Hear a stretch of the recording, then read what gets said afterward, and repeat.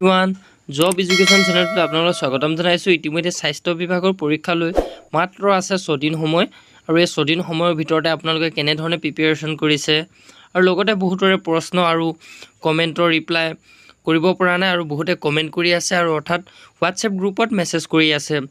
আৰু এই 6 দিন সময়ৰ ভিতৰত আজি দিনটো নধৰি আৰু মাত্ৰ 6 দিন সময় আপোনালোকৰ হাতত আছে। এতিয়ালৈকে অফিচিয়েল নটিচ অহা নাই এক্সামৰ বিষয়লৈ, কিন্তু এক্সামটো নিশ্চিতৰূপে হ'ব বুলি আশা কৰিব পাৰি, কাৰণ এতিয়ালৈকে কোনো ধৰণৰ নটিচ অহা নাই।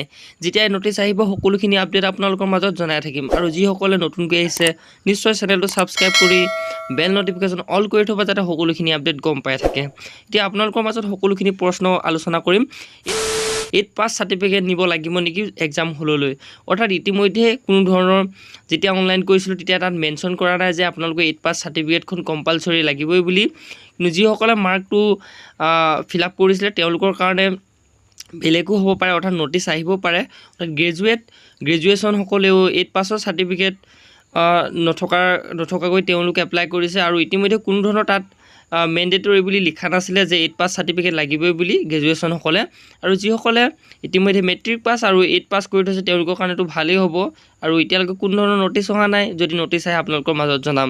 আৰু পেপাৰখন অসমীয়াত আহিবনে ইংলিছত আহিব সকলোৱে কমেণ্ট কৰি আছে। চাওক, গ্ৰেড 3 যিখিনি টেকনিকেল পষ্ট আছিলে, টেকনিকেল পষ্টৰ ক্ষেত্ৰত অলপ বেলেগ হয়, কাৰণ টেকনিকেল পষ্ট হয় সেইকাৰণে যিহেতু ইংলিছত পেপাৰখন কাটিছিলে।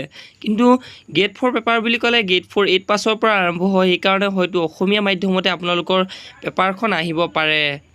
আৰু বহুতে কমেণ্ট কৰি আছে যে পুনৰ এডমিট কাৰ্ড ডাউনলোড কৰিব লাগিব নেকি। চাওক, আপোনালোকে ইতিমধ্যে পুনৰ এডমিট কাৰ্ড ডাউনলোড কৰিব লাগিব নেকি বহুতে কমেণ্ট কৰিছে। চাওক, ইতিমধ্যে আমাৰ যিখিনি এক্সামৰ চেণ্টাৰ হয় চেণ্টাৰখিনি আপগ্ৰেড কৰিয়েই দিছে। আৰু যিসকলে ইতিমধ্যে নিজৰ চেণ্টাৰৰ কথা জানিছিলে, যিসকলে এডমিট কাৰ্ড ডাউনলোড কৰিছিলে, ইতিমধ্যে এক্সামটো এবাৰ পষ্টপন হৈ পিনে আকৌ পুনৰ এতিয়া তাৰিখ এটা দিছিলে। আৰু নেক্সট তাৰিখ যদি আহে আপোনালোকৰ মাজত এনেও জনামেই। আৰু কোনো ধৰণৰ আপোনালোকৰ এক্সাম চেণ্টাৰবিলাক সলনি নহয়। আৰু ইতিমধ্যে যিখিনি এক্সাম চেণ্টাৰ ভুল আছিলে বা কিবাকিবি আহিছিলে তেওঁলোকৰ সকলোখিনি কাৰেকশ্যন কৰি দিয়া হ'ল। আৰু অফিচিয়েল ৱেবছাইটতো লিখা আছে যে কাৰেকশ্যন কৰি দিয়া হ'ল। আৰু হিমন্ত বিশ্ব শৰ্মা ছাৰেও ইতিমধ্যে কৈছিলে যে এক্সাম চেণ্টাৰ কোনো ক্ষেত্ৰতো সলনি কৰা নহ'ব বুলি। আৰু এতিয়া এডমিট কাৰ্ডটো পুনৰ ডাউনলোড কৰিব লাগিব নেকি? অৰ্থাৎ এডমিট কাৰ্ডটো ডাউনলোড কৰিব লগা কি কাৰণে লাগিব পাৰে আপোনালোকে চাওক, যিহেতু আপোনালোকৰ তাৰিখটোহে সলনি হৈছে।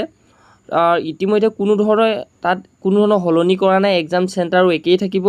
আৰু যিসকলে য'ত এক্সাম দিব তাতে পৰিব। ইতিমধ্যে যিখন এডমিট কাৰ্ড আপোনালোকে উপলব্ধ হৈছিলে সেই এডমিট কাৰ্ডত মেনশ্যন কৰা আছিলে। আৰু এডমিট কাৰ্ড যদি আপোনালোকে আকৌ ডাউনলোড কৰিব লাগে, এই ক্ষেত্ৰতে ডাউনলোড কৰিব লাগিব, কাৰণ নতুন তাৰিখৰ কাৰণে ডাউনলোড কৰিব লাগিব। যিটো তাৰিখ দিছিলে আপোনালোকৰ 3 তাৰিখে, 3 তাৰিখৰ এডমিট কাৰ্ড বুলি ডাউনলোড কৰিব লাগিব।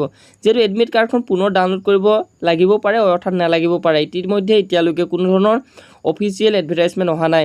যেতিয়া আপোনালোকলৈ নটিচ আহিব অফিচিয়েলি, তেতিয়া আপোনালোকৰ মাজত নিশ্চয় মই জনাই থাকিম। আৰু আমাৰ চেনেলটোৰ লগত জড়িত হৈ থাকিব সকলোখিনি আপডেট পাই থাকিবৰ কাৰণে। আৰু ইতিমধ্যে পৰীক্ষালৈ মাত্ৰ 6 দিন সময় আছে। আপোনালোকে চিলেবাছবিলাক ফ'ল' কৰিছেনে? আমাৰ চেনেলত সকলো বিভাগৰে চিলেবাছবিলাক দিয়া আছে, টেকনিকেলৰ পৰা নন টেকনিকেল।